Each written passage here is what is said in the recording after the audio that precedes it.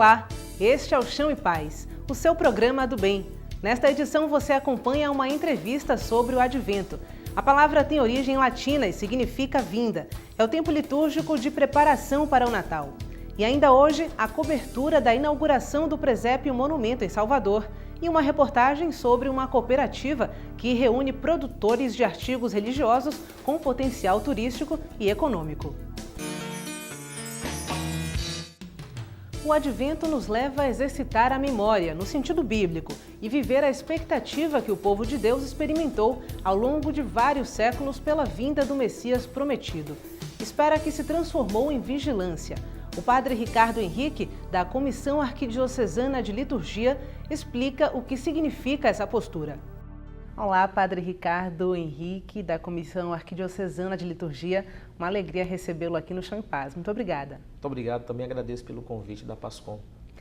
Então, nós estamos na terceira semana do Advento, né, que é um tempo que até aqui a gente viveu a esperança, né, da vinda do Senhor. Então, que reflexão a gente deve fazer desse período até agora? O tempo do Advento, ele vem da palavra latina adventus, que quer dizer vinda, chegada. É uma esperança que faz com que todo cristão aguarde a vinda do Salvador. Por isso que nessas 3 semanas vivemos o tempo da vigilância, o tempo da acolhida, o tempo do cuidado com o sagrado, acolher o sagrado. Por isso que nessa semana que nós vamos então nos preparar para o Natal, é uma semana especial porque já ela direciona para essa celebração do nascimento do Senhor. A partir de agora a gente entra numa semana de alegria, né? Pela chegada, né, do Cristo. Então, como é que a gente deve se preparar para esse momento? Na terceira semana do Advento, chamado Domingo da Alegria, que normalmente se usa a cor litúrgica rosa, né, um símbolo, uma forma dessa alegria Gaudet, que é a alegria que está no nosso coração. Então nós celebramos com muita alegria e já na quarta semana a gente começa então a preparar essa vinda do Senhor. Por isso que nessa semana preparatória para o Natal, que também é chamada a Semana Santa do Natal, a gente vive esse tempo forte de celebrar o Emanuel que virá. O senhor falou anteriormente sobre a questão da vigilância, né? Isso. O que significa exatamente essa postura? A vigilância na palavra de Deus sempre está ligada à questão da aliança, sempre está ligado à aliança feita com Deus. Você não se descuidar do caminho que você faz. Ali em Abraão 12, junto com Abraão vem os profetas, vem antes disso o próprio Moisés, os profetas, né, profeta Isaías, que é muito apresentado no tempo do Advento.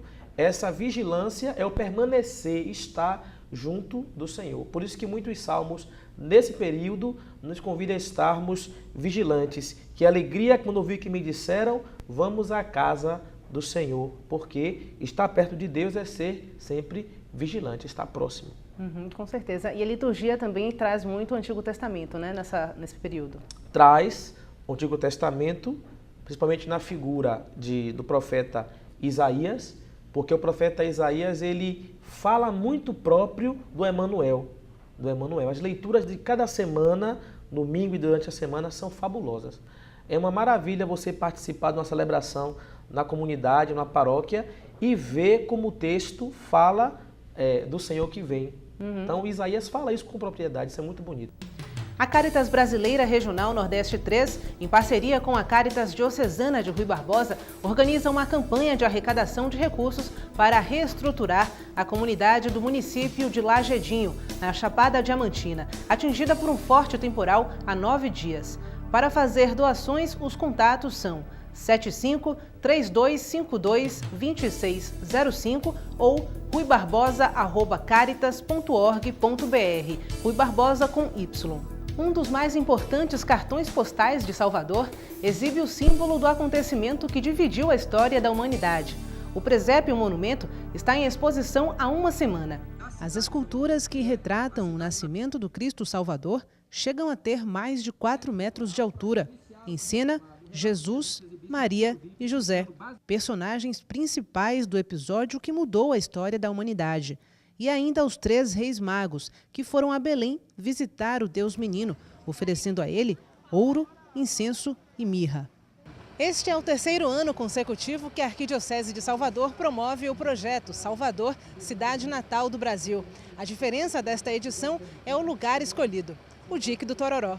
É um lugar de passeio, um lugar que milhares de pessoas passam diariamente e assim, especialmente as crianças. A criança aprende mais pelo que vê do que pelo que lê ou ouve.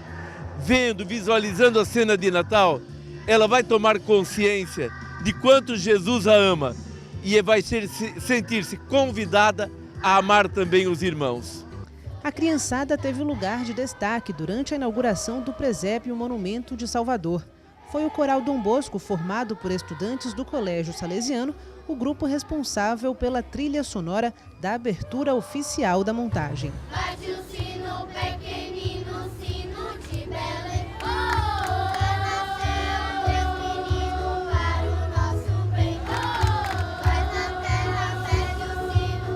Aproveitando essa oportunidade que é a montagem de um presépio para a cidade e principalmente com belos cânticos que são as vozes dos nossos meninos. Então a gente exercita a evangelização, mostra aquilo que a gente sabe fazer como educação e principalmente colabora com a cultura da cidade. A integração entre a comunidade, a igreja e os símbolos natalinos pode ficar ainda mais forte nos próximos anos. Por aqui ele é bem mais interativo, então as pessoas circularão mais pelo presépio, as pessoas estarão mais em contato físico quase. Então com certeza vai ser um outro olhar que a cidade vai ter sobre o presépio aqui e com certeza nos próximos anos em outros lugares também, e assim a gente vai andando. A primeira mudança de endereço do presépio desde o início do projeto foi planejada de forma especial. O presépio hoje ele tem mais elementos modernos e a ideia do presépio desse ano é que ele fique mais perto das pessoas. Então nós tiramos daquele tablado que a gente usava e da avenida que por 2 anos ele ficou, que foi a Avenida Paralela, e trouxemos para um lugar mais agradável, mais perto das pessoas. O tecido dá mais movimento, dá um outro tipo de beleza. Então tira aquela coisa estática, dura das imagens, né? Ela começa a ter, o vento começa a trabalhar o próprio tecido e dá esse resultado maravilhoso que você está vendo aí atrás. O resultado do trabalho traz para a igreja a esperança de evangelização.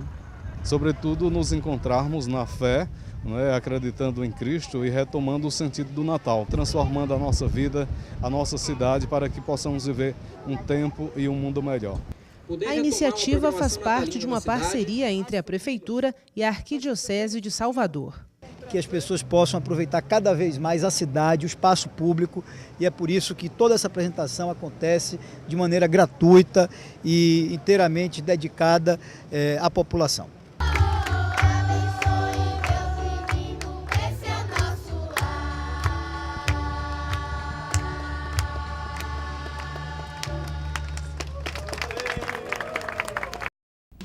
O presépio fica em exposição até o dia 6 de janeiro no Dique do Tororó, que também receberá peças de teatro sobre o Natal. As apresentações são gratuitas e acontecem nos dias 18, 19, 20 e 21 de dezembro, sempre às 8 da noite.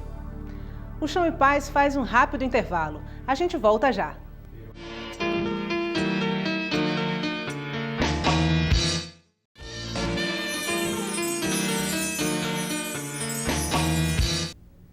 A esperança que nos inspira durante o Advento vem da chegada do Filho de Deus ao mundo e está associada à prática da oração e da vivência desse tempo litúrgico. Para o padre Ricardo Henrique, da Comissão Arquidiocesana de Liturgia, essa postura tem como ponto de partida a palavra, que deve ser ouvida com profundidade. E aí a gente consegue reviver, né, esses votos de fé que a gente faz a cada ano litúrgico, né? Inclusive, estamos no começo do ano litúrgico com o tempo do Advento, né? Exato, é o tempo do Advento. Após a festa de Cristo Rei, se inicia um novo tempo na igreja. E esse tempo é uma preparação já para a celebração do Natal. E a semana que a gente celebra a preparação para o Natal vai desde o dia 16 até o dia 24, né? O 25 é o dia em que também lembramos essa data máxima do nascimento do Senhor e depois com a Epifania, a manifestação gloriosa de Deus na vida de todo o povo de Deus e na nossa vida também. É um tempo que trata muito da questão da preparação, da oração e da vivência, né? Como é que a gente pode, de fato, trabalhar isso no nosso dia a dia? Eu sempre digo na paróquia e na comissão de liturgia, nós até tivemos um encontro no sábado dos coordenadores de paróquia e lembrávamos sobre isso, que o tempo do advento é um retiro. Você se coloca para escutar a palavra, você se coloca para ouvir a voz de Deus, você se coloca para direcionar os seus passos diante da vontade do Senhor. Então, é importante que o tempo do advento seja esse tempo de profunda escuta da palavra. Para ficar atento, né, aos sinais divinos. Isso. E é um tempo litúrgico também que tem muitos símbolos, né? Quais são esses símbolos? Como eles foram construídos? Olha, um dos símbolos que mais me chama a atenção no tempo do advento, que se usa nas celebrações, é a coroa do advento, onde cada cor simboliza ali a expectativa do ano todo. É uma coisa muito, muito bela. Também nós temos o fogo, né, que é presente com a vela, que simboliza a luz, a água, aonde em algumas celebrações se pode fazer a aspersão no ato penitencial com água abençoada, porque é a purificação dos nossos pecados. Também a cor, né, o símbolo da cor, o roxo, que é uma coisa assim fabulosa, que fala dessa esperança. Você é convocado a estar ligado a esse Deus. Temos também as figuras bíblicas, não é? De José, Maria, o profeta Isaías, João Batista, aparece também a própria Isabel, como figuras importantes que colaboraram com esse processo da vinda do Messias. E aí, pensando nas figuras bíblicas, João Batista, Maria, José, o que é que a gente pode aprender? Que lição a gente pode ter de cada um deles? Olha, de Maria, você tem como grande exemplo a obediência. De José, você tem como grande exemplo a fidelidade, a questão da justiça, o homem justo. E de João Batista, temos como grande exemplo o seguimento fiel ao que Deus confiou. É a questão do homem vigilante a todo tempo. João Batista foi esse homem vigilante a todo tempo. E aí o evangelho do terceiro domingo do Advento, né, de Mateus, no capítulo 11, ele traz no versículo 13 um trecho da palavra de Jesus em que ele diz: em verdade vos digo, de todos os homens que já nasceram, nenhum é maior do que João Batista. No entanto, o menor no reino dos céus é maior do que ele. Né? Um pouco dessa questão, né? Porque João, ele veio para preparar o caminho do Senhor. E João tem uma frase bela: eu quero que ele cresça, o Senhor cresça, e que eu diminua. Eu não sou digno de desamarrar as correias de suas sandálias. Então, João sempre se colocou na figura de servo, de quem estava para preparar o caminho do Senhor. E João Batista, na liturgia do Advento, ele é essa ponte entre o Antigo Testamento e o Novo Testamento. Ele liga essas duas dimensões da palavra para colocar a verdade que é expressa na própria liturgia do tempo do Advento. E na pessoa de Maria, uma coisa que me chama a atenção é a questão do sim, né? Que é marcante, que a gente acaba sendo convidado a refletir sobre isso no dia a dia, né? E atender aos chamados de Deus nesse sim que Ele nos propõe, que a gente nem sempre está atento, né? Eu, particularmente, quando estudei no curso de teologia, tive uma curiosidade muito grande de estudar mais sobre Maria. Mas eu fui estudar Maria a partir de uma pesquisa pessoal na tradição mesmo, na tradição judaica, e ver o valor que a mulher tinha naquele local. E o interessante é que eu achei um autor chamado André Churraqui, que é um autor judaico. Interessante, ele fala sobre a Bíblia e na presença da mulher, ele fala da fidelidade, do respeito, e o Papa Bento XVI, emérito, também nas suas cartas, e sempre quando falava de Nossa Senhora, como uma mulher fiel, obediente, humilde. Agora, o Papa Francisco, também quando fala de Maria, é uma coisa incrível. Ele parece que ele traz Maria ao nosso coração, né? E isso a gente vê muito visível quando ele fala de Nossa Senhora. Maria é essa mulher viva. Por isso que a própria catequese na comunidade deve trazer esse aspecto de Maria para bem perto daquele que aprende sobre a pessoa de Jesus, que Jesus tem uma mãe, e essa mãe é Maria. Isso ajuda muito a formar uma consciência de que essa mãe está sempre do nosso lado. Para comemorar os 30 anos a serviço da vida no Brasil e em mais de 22 países da América Latina, África e Ásia, a Pastoral da Criança realiza neste sábado um show com Margareth Menezes e convidados. O evento será no estádio de Pituaçu, a partir das 3 da tarde, com ingressos a R$10. O arcebispo de Salvador e primaz do Brasil, Dom Murilo Krieger, participa da abertura da celebração. E nesta quarta-feira, a Capela Sagrada Família, no Garcia, recebe um concerto do grupo Opus Lumen, a partir das 4 da tarde. Formada por músicos da Orquestra Sinfônica da Bahia, a Camerata executa peças eruditas e também passeia pela música popular. A apresentação é gratuita. Transformar produtos desenvolvidos com finalidade religiosa em fonte de renda. Essa é a proposta da cooperativa que reúne trabalhos feitos na igreja e nas comunidades. Uma tradição nascida em Salvador e que volta a ser produzida em solo baiano. As medidas do Senhor do Bonfim retomam o sentido original que remete à distância entre o braço e o coração do nosso Senhor Jesus Cristo. Tudo isso através de uma cooperativa artesanal, consolidada aqui na Pastoral de Comunicação. A proposta não é, a proposta é fazer uma fita que você faça os pedidos, o Senhor do Bonfim, ela se realize. Do jeito que está aí, demora 3, 4 anos e a fita não se rompe, porque o material é tão resistente que não se rompe, então perde o encanto também, né? E eu acho que as coisas da Bahia têm que ser feitas na Bahia. A iniciativa vai integrar a cooperativa criada pelos produtores de artigos culturais e religiosos com apoio da Arquidiocese de Salvador e da Secretaria Estadual de Turismo. O objetivo é reunir ações da igreja com apelo turístico e potencial para gerar renda, buscando a participação de empresas.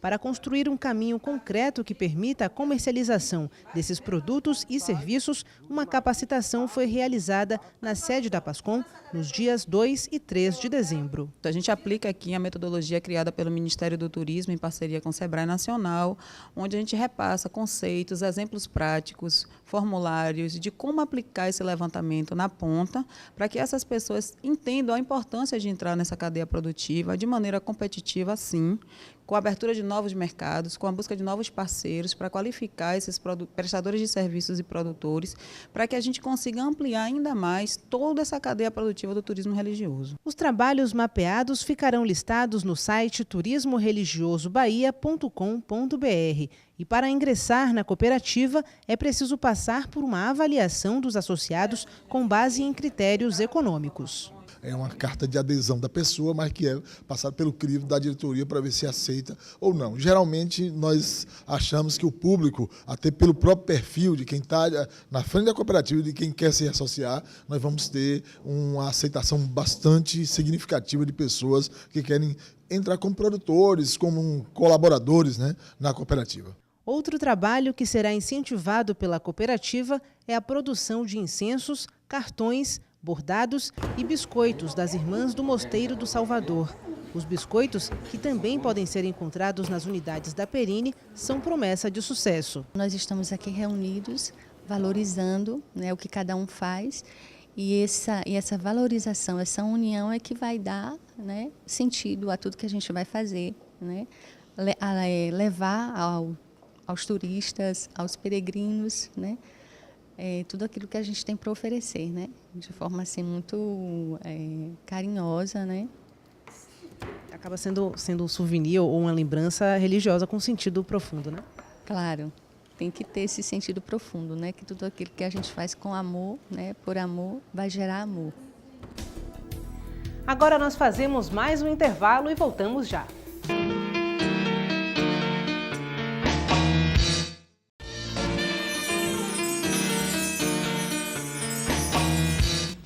Advento é tempo de conversão.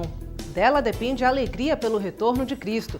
O padre Ricardo Henrique, da Comissão Arquidiocesana de Liturgia, lembra que a preparação para a 4ª semana deste período requer a consciência de que Jesus nasceu em Belém, mas precisa nascer em cada um de nós. O senhor falou do Papa Francisco, da relação dele com Nossa Senhora, e ele também tem defendido, né, a presença da mulher na igreja, também com muito inspirado também, talvez, na pessoa de Maria, né? Porque a mulher, ela tem um lugar especial, a mulher tem um lugar importante na igreja. E a igreja, ela vai abrindo espaço para olhar de outro modo e abrir horizontes para uma discussão madura dentro daquilo que realmente é o espaço que a mulher deve ocupar e estar presente. A igreja nunca vai, de modo algum, estar resistente ao que o Papa vai dizer, ao que o Papa vai chamar para o diálogo. E também é importante que a gente possa discutir para que as coisas caminhem bem melhor do que já está caminhando. E aí, voltando para o Advento, especificamente para a quarta semana, o próximo Evangelho, qual é a preparação para essa reflexão que a gente pode fazer, para a gente já, nas nossas casas, já se preparar para essa liturgia? No quarto, nós vamos viver o tempo da vinda já presente, né, do Emmanuel. Então, a casa, a comunidade se reveste de uma esperança. Por isso que a gente chama a atenção do cuidado com as coisas na casa, na comunidade. A pessoa que é da igreja, ela não pode se deixar envolver por esse clima de correria do dia a dia. Tem que deixar que essa espiritualidade mantenha o coração dela vigilante, porque ela vai receber o Senhor. Por isso que tem uma canção que eu acho muito bela. Eu aprendi lá em uma paróquia de São José de Amaralina. E o refrão diz assim: o Cristo já nasceu na gruta de Belém, mas é preciso ainda nascer em nós também. Quer dizer, já no tempo do Natal, ele nasce, mas ele quer nascer em nossos corações. É verdade, essa lição que fica, né, para a gente deixar o Cristo nascer de novo a cada ano nos nossos corações. Padre Ricardo, muito obrigada pela entrevista aqui no programa Chão e Paz. Eu agradeço de modo especial, queria agradecer aos membros da Comissão de Liturgia pelo trabalho, e nós vamos continuar servindo a nossa igreja e fazendo o nosso papel de levar sempre a palavra de Deus como um grande alimento que sacia a nossa fome. Amém. Amém. Segue até o dia 13 de janeiro o período de inscrições para o curso de aperfeiçoamento em comunicação pastoral, que acontece nas unidades da Federação e da Garibaldi da Universidade Católica de Salvador. As aulas começam no dia 20 de janeiro e, para obter outras informações, 71 4009 6688. E estão abertas as inscrições para o 4º curso de Planejamento Sociopastoral, que acontece de 13 de janeiro a 13 de fevereiro, das 8 da manhã até a 1h30 da tarde, no Centro Arquidiocesano de Pastoral, na Cúria. Para mais informações, 71 4009 6671. Livro mais vendido de todos os tempos, a Bíblia é a base da oração e também um documento histórico. Para compreender com profundidade as Sagradas Escrituras, os seminaristas chegam a aprender outros idiomas durante o curso de teologia. A Bíblia foi traduzida para muitos idiomas a partir do hebraico e do grego. Por isso, durante a formação em teologia, os seminaristas aprendem a língua grega para melhor interpretar o que está escrito na Bíblia. Compreender, sobretudo, os caráteres literários do texto ajuda para que nós realmente compreendamos. Não basta ficar numa reflexão simplesmente, digamos que vazia do texto, né? Se olharmos de forma muito reducionista, no caso da parábola do filho pródigo, a gente só fica direcionado ao filho. Se nós ampliarmos o nosso olhar, nós vamos poder ver que a parábola trata do pai. Diante de tudo, a gente tinha em mente tudo aquilo que a gente aprendeu na catequese, né? De uma forma muito básica, onde a catequese passou para a gente, e depois a gente vai aprofundando no mistério salvífico de Cristo, e a gente vai percebendo nas entrelinhas realmente o que a Sagrada Escritura quer nos passar. Então, numa avaliação rápida, mudou muito? Muito. Muda porque é um texto que para nós falava não só para o coração, fala também agora para a nossa própria razão, né? Entender justamente o que o texto diz, né? Então, se a gente for pegar cada texto e analisar hoje historicamente, teologicamente, nós vamos fazer uma experiência mais profunda ainda desse Deus que se revela. Apresentações sobre os livros que compõem a Bíblia também integram a formação dos futuros padres. Esta aula, por exemplo, faz parte de uma disciplina dedicada exclusivamente ao estudo do Evangelho de São João. Então, São João, dentre tantas coisas, eles diferem um pouquinho dos outros evangelhos, especialmente porque é um texto posterior, né? Mesmo se São João também usa a base dos evangelhos, né? Ele, dentre os temas especiais, aparece o tema da fé, a presença dos seus discípulos, e que não estão escritos neste livro. Estes ficam escritos para que creiais que Jesus é o Messias, o Filho de Deus, e para que crendo tenhais vida por meio dele. Já no prólogo ele faz a referência a isso, né? veio para os que eram seus e os seus não o acolheram na fé. Né? Então a igreja nos convoca, estamos chegando ao fim do ano da fé, mas com certeza esse ano da fé vai repercutir na vida da gente em todos os tempos. Para quem não faz o curso de teologia, uma opção são os estudos bíblicos. Mas antes de abrir a Bíblia, o Padre Tadeu dá algumas orientações. É sempre bom trabalhar com grupos nas paróquias, nas comunidades e não perder de vista a leitura orante, a Lectio Divina, que é um método antiquíssimo, né, um método que foi sistematizado no ano de 1150, um trabalho feito por um monge cartucho de nome Guido. Ele colocou os 4 degraus dessa escada que leva o homem ao céu. Então, quais são esses degraus? A leitura, a meditação, a oração e a contemplação.